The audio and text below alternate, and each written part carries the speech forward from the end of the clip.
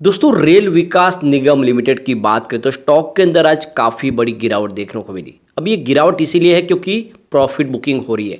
Stock लगातार दौड़े हैं और ऐसे में प्रॉफिट बुकिंग तो आनी थी। आरवीएनएल का स्टॉक अभी जो दौड़ा है, इससे पहले ये बहुत समय तक लगभग साल 2 साल तक एक ही सीमित दायरे में ट्रेड करता रहा है। आप समझ सकते हो कि जिसने सब्र किया होगा उसको बहुत समय के बाद यहाँ पे अच्छा रिटर्न देखने को मिल रहा है और ऐसे में प्रॉफिट बुकिंग तो आनी ही थी। लेकिन इसके बीच में कुछ बड़ी अपडेट निकल के आ रही है जिनको समझेंगे इस वीडियो के माध्यम से। ये अपडेट इशारा कर रही है कि आने वाले समय रेल विकास निगम लिमिटेड में एक नई तेजी फिर से शुरू होगी और स्टॉक बहुत ऊपर तक जा सकता है। यहाँ पे कंपनी की तरफ से डिविडेंड का ऐलान भी हो चुका है। अब आप ये समझ सकते हो कि किसको किसको डिविडेंड मिलेगा और किसको नहीं मिलेगा, वो समझने की कोशिश करेंगे। और दूसरी तरफ अगर आप देखें तो आईआरएफसी में भी आज हमने काफ़ी बड़ी गिरावट देखी है और स्टॉक पिछले दिनों काफ़ी ज़्यादा दौड़ा। तो रेलवे के शेयर इस समय प्रॉफिट बुकिंग के जद में आ चुके हैं और ये थोड़े से नीचे तो जाएंगे। लेकिन क्या इस समय इस डिप में खरीदारी का मौका समझना चाहिए या फिर प्रॉफिट बुक करके निकल जाना चाहिए? क्या है आगे की संभावनाएं, जानने की कोशिश करेंगे इस वीडियो के माध्यम से। लेकिन फ्रेंड उससे पहले अगर आप पहली बार हमारे चैनल पे आए तो चैनल को सब्सक्राइब कर दीजिए, एक बेल आइकॉन दबा दीजिए ताकि जब भी नया वीडियो बने पहला नोटिफिकेशन आपको मिले। वीडियो पसंद आए तो लाइक से जरूर कीजिए। चलो फ्रेंड्स वीडियो स्टार्ट करते हैं। मैं हूँ आपका दोस्त एस बी दवे और हमारे अपने चैनल ऑनलाइन कमाई में आपका बहुत बहुत स्वागत है। तो जो यहाँ पे अगर हम आरवीएनएल की बात करें तो देख सकते हो कि स्टॉक की शुरुआत तो पॉजिटिव हुई 171 पर। कल की फ्राइडे की यानी क्लोजिंग 170 के आसपास थी। इंट्राडे में यही 171 का हाई है, जो लो बना वो 164 का है और गिरावट एक तरफा हुई और अंत में क्लोजिंग भी 164 पर ही रही, जहाँ पे 3.09% की गिरावट देखने को मिली। तो देख सकते हो कि शुरुआत पॉजिटिव हुई लेकिन उसके बाद में लगातार गिरावट जारी रही और प्रॉफिट बुकिंग हावी हो गई। अब यहाँ पे देख लो कि ये जो तेज़ी बनी है ये अभी रिसेंटली तेज़ी बनी है कुछ महीनों पहले, लेकिन इससे पहले स्टॉक बहुत समय तक सीमित दायरे में ट्रेड किया, लोगों को इसने बहुत परेशान किया। आप देख सकते हो जिस तरह इसमें स्टॉक में एक ठहराव सा आ गया था, आप ये समझ सकते हो कि 31 मई 2019 को स्टॉक 27 के आसपास था।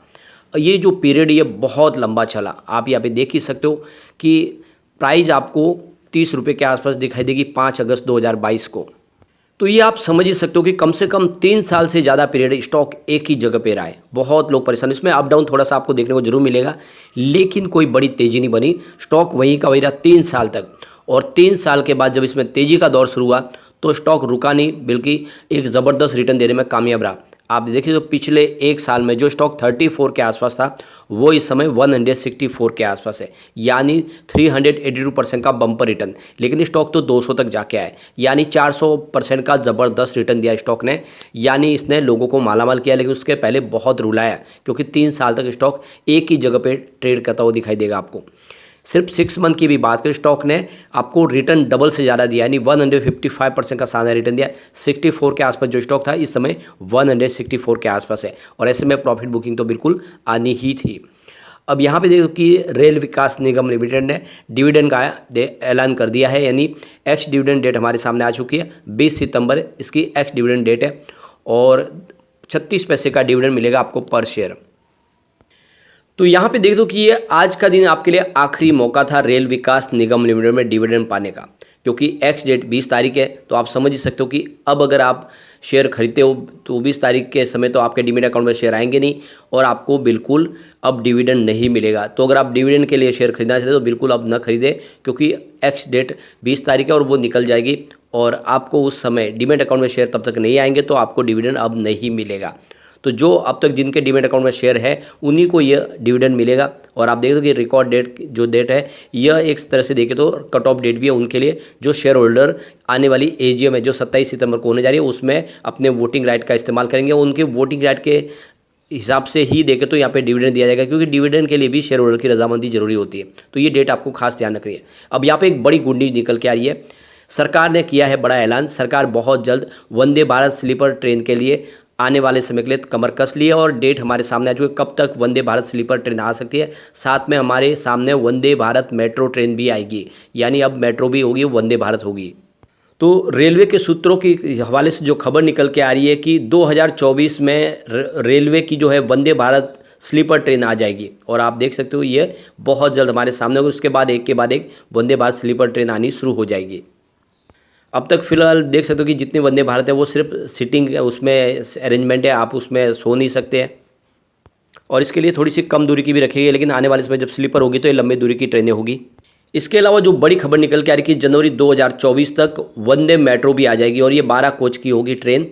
और देख सकते हो कि बड़ी बड़ी सिटी के अंदर वंदे मेट्रो चलेगी और आप समझ सकते हो कि ये बहुत बड़ी अपडेट है, जिससे आप समझोगे इसका फ़ायदा आरवीएनएल को हो सकता है, क्योंकि आरवीएनएल ऑलरेडी देखे तो वंदे भारत ट्रेन बना रही है स्लीपर, रसिया की कंपनी के साथ में इनका पार्टनरशिप हुई है और 120 ये ट्रेन बना रही है और दूसरी 80 जो ट्रेन है उसका जो कॉन्ट्रैक्ट मिला है वो देख लो कि टीटागढ़ वैगन और भेल को मिला है।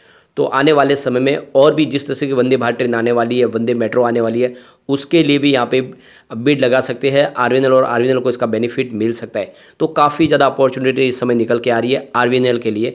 तो आप देख लो कि जो लॉन्ग टर्म इन्वेस्टर है उनको इस समय बिल्कुल इन्वेस्टमेंट करना चाहिए आरवीएनएल में और साथ में आईआरएफसी में, क्योंकि रेलवे की इंफ्रा कंपनियों को फाइनेंस प्रोवाइड करने का काम तो आईआरएफसी ही करेगी। तो दोनों कंपनियों को इसका बेनिफिट देखने को मिलेगा। तो इस मौके पे देखें तो आरवीएनएल के जो देखते हो कि जीएम है आलोक कुमार मिश्रा, उन्होंने कहा कि वंदे भारत स्लीपर ट्रेन जो आ रही है उसकी स्पीड होगी 160 किलोमीटर पर आवर और आप देखो कि इसमें 16 बोगीज होगी। आप इसमें समझ दो कि AC 3 कोचेज होगा, AC 2 कोच और AC 1 कोचेज में से 3 कैटेगरी में ये होगी वंदे भारत स्लीपर। और देख सकते हो कि आने वाले समय में इसमें कोचेज़ की संख्या को और बढ़ाया भी जा सकता है। जिस तरह से आप देखें तो लोगों की भीड़ बढ़ेगी, उस हिसाब से कोच बढ़ाए जाएंगे। तो बड़ा बयान निकल कर आया रेलवे के तरफ से और स्पेशली देखें तो आरवीएनएल के मैनेजमेंट की तरफ से। और आप समझ सकते हो कि ऐसे में ये लॉन्ग टर्म इन्वेस्टर के लिए तो काफ़ी अच्छा मौका है। वंदे भारत मेट्रो ट्रेन भी आएगी और वंदे भारत अब स्लीपर भी आने वाली है, तो बहुत सारा इन्वेस्टमेंट हो रहा है, क्योंकि उसके हिसाब से सारे ट्रैक भी बनेंगे, कवच टेक्नोलॉजी से लैस किया जाएगा। ऐसे में आप इस समय खरीदारी बिल्कुल कर सकते हैं।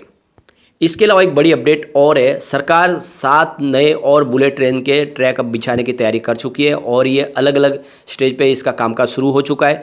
आप देखिए जो पहला हमारा बुलेट ट्रैक जो ट्रेन का ट्रैक है वो अहमदाबाद मुंबई के बीच में है, जो काफ़ी कंप्लीट हो चुका है और आने वाले समय बहुत सारे दूसरे ऐसे नए ट्रैक बिछाए जाने हैं और बुलेट ट्रेन शुरू हो जाएगी। तो ऐसे में रेलवे की कंपनियां यहाँ पे रुकने वाली हैं, इनमें बहुत ज़बरदस्त तेज़ी आने वाली है।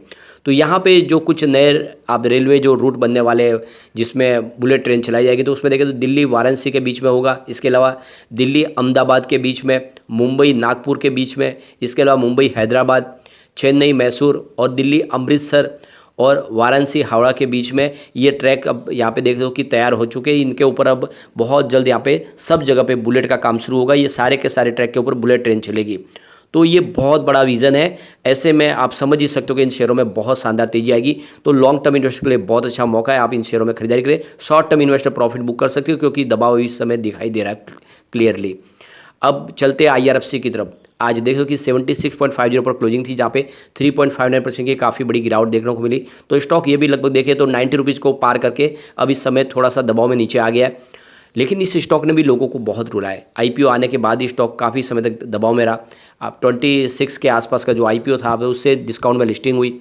अब आप ये समझ ही सकते हो कि इसकी प्राइस 29 जनवरी 2021 को 24 के आसपास थी और ये प्राइस तो बहुत समय तक देखने को मिली। ये 24 के आसपास था 11 नवंबर 2022 को। तो कह सकते हैं कम से कम 1.5 से 2 साल स्टॉक आपको एक ही जगह पे दिखाई दिया ट्रेड करता हुआ। काफ़ी समय तक स्टॉक में कोई मूवमेंट नहीं देखने को मिला। अप डाउन थोड़ा सा 1-2 रुपये का जरूर था, लेकिन स्टॉक में कोई तेज़ी नहीं बनी। और आपको ये पता होगा तो उस समय भी मैंने रेगुलर ही आईआरएफसी के वीडियो बनाए थे और कहा था कि आप इसमें इन्वेस्टमेंट कीजिए, आने वाले समय आपको अच्छा रिटर्न देगा। और जिसने भी इन्वेस्टमेंट किया होगा वो अभी समय बेहतर रिटर्न का हकदार है, क्योंकि 24-25 का स्टॉक इस समय भी 76 के आसपास है। तो आप देख सकते हो कि आपको ज़बरदस्त रिटर्न मिला है, पर आने वाले समय में इसमें और शानदार तेज़ी आ सकती है। पिछले 6 महीने में स्टॉक ने 186% का बम्पर रिटर्न दिया है। 26 के आसपास स्टॉक था, अब समय 76 के आसपास है।